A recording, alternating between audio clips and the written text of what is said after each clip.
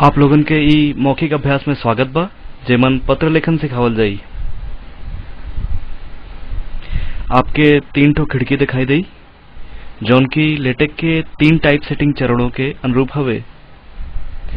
स्रोत फाइल अथवा source file के निर्माण, संचय द्वारा पीडीएफ के निर्माण और देखे खातिर एगो पीडीएफ रीडर। हम मैक ओएस एक्स में उपलब्ध एगो मुफ्त एडिटर स्किम के इस्तेमाल करत बानी, काहे कि ई रीडर संचय कैले के बाद आधुनिकतम पीडीएफ फाइल के खोलेले। लिनक्स और विंडोज के ब्राउजर्स में भी ई क्षमता उपलब्ध होला। तो अब स्रोत फाइल में ई देखल जा कि हर एक कमांड यानी आदेश का करेला। पहला आदेश ई कहेला कि ई पत्र डॉक्यूमेंट क्लास के हवे। 12 एकर पाठ आकार यानी कि फॉन्ट साइज हवे। पत्र के पहला घटक हवे फॉर्म एड्रेस। ई यहाँ के एक कोष्ठकन के बीच में मालूम होत बा। फलस्वरूप ई आउटपुट फाइल के ऊपर दाईं ओर के कोने में दिखाई देला। लगातार 2 ठो स्लैश टाइप कैले से नई पंक्ति के शुरुआत होला।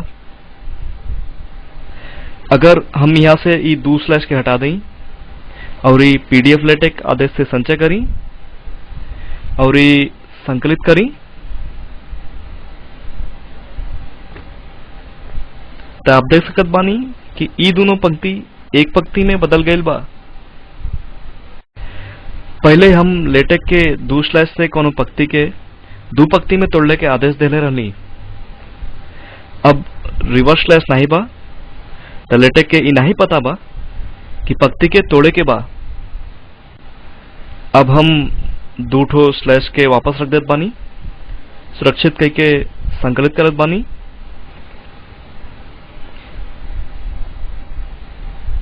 ई बात के समझल जा कि हर एक परिवर्तन के बाद संकलित कैले से पहले सुरक्षित कैल बहुत जरूरी बा। अब ई देखल जा कि अगर हम खाली पता दें तो का हुई।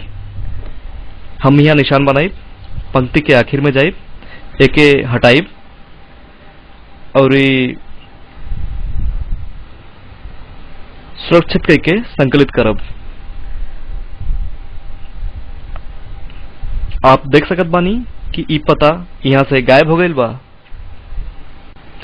ध्यान देवल जा कि आज के तारीख अमेरिकी शैली में स्वचालित रूप से मालूम होत बा, महीना, दिन और फिर साल। ई /date/today आदेश की वजह से मिलेला। हमनी के स्वचालित तारीख के निर्माण के एगो खाली सूची के प्रयोग से रोक सकत बानी।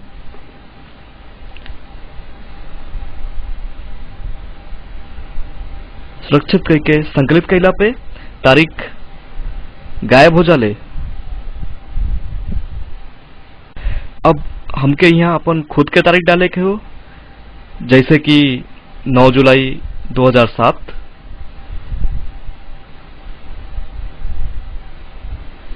सुरक्षित करके संकलित करब और उ तारीख यहाँ आ जाला। ई ट्यूटोरियल के पहली बार निर्माण यह तारीख के भइल रहल। संकलित कैले पे आप ई देख सकत बानी कि आउटपुट फाइल में भी ई भारतीय शैली में दिखत बा। अब पता वापस रख देवल जा।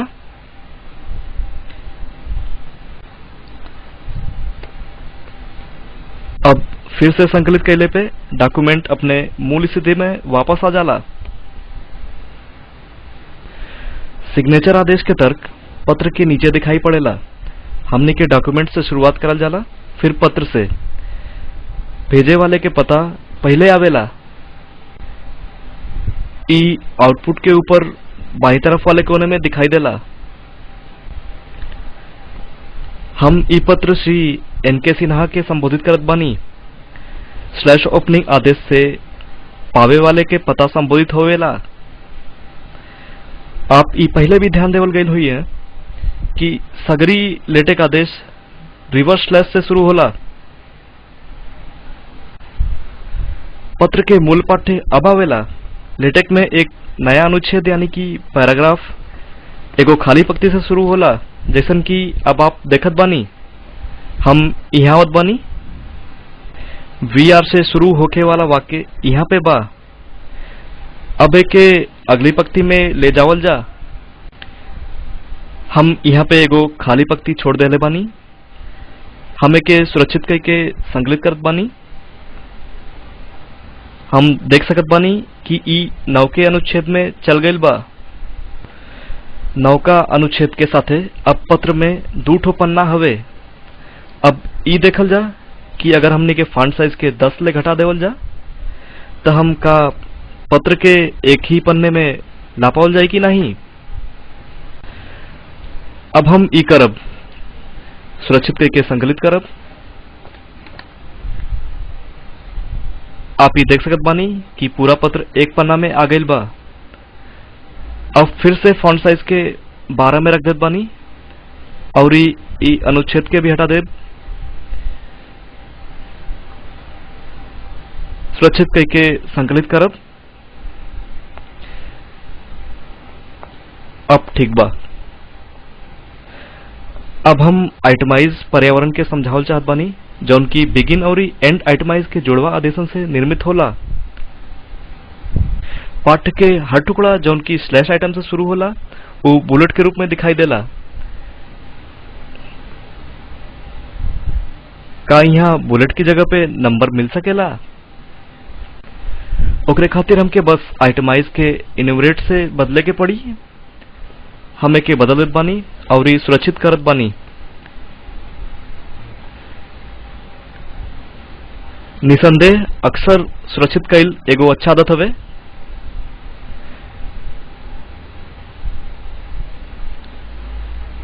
हम एके फिर से संकलित करत बानी।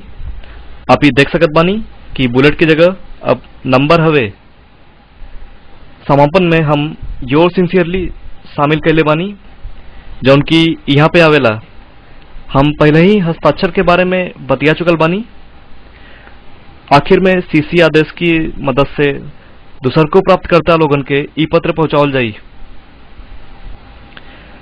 हम पत्र के अंत एंड लेटर आदेश से करब और ई डॉक्यूमेंट ई आदेश के साथ पूरा हो जाला।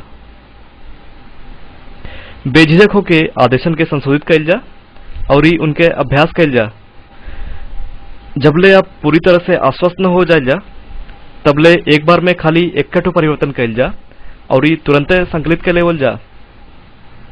हर बारी ई सुनिश्चित के लेवल जा कि आप जौनो चीज कहले बानी वो ठीक बा कि नहीं।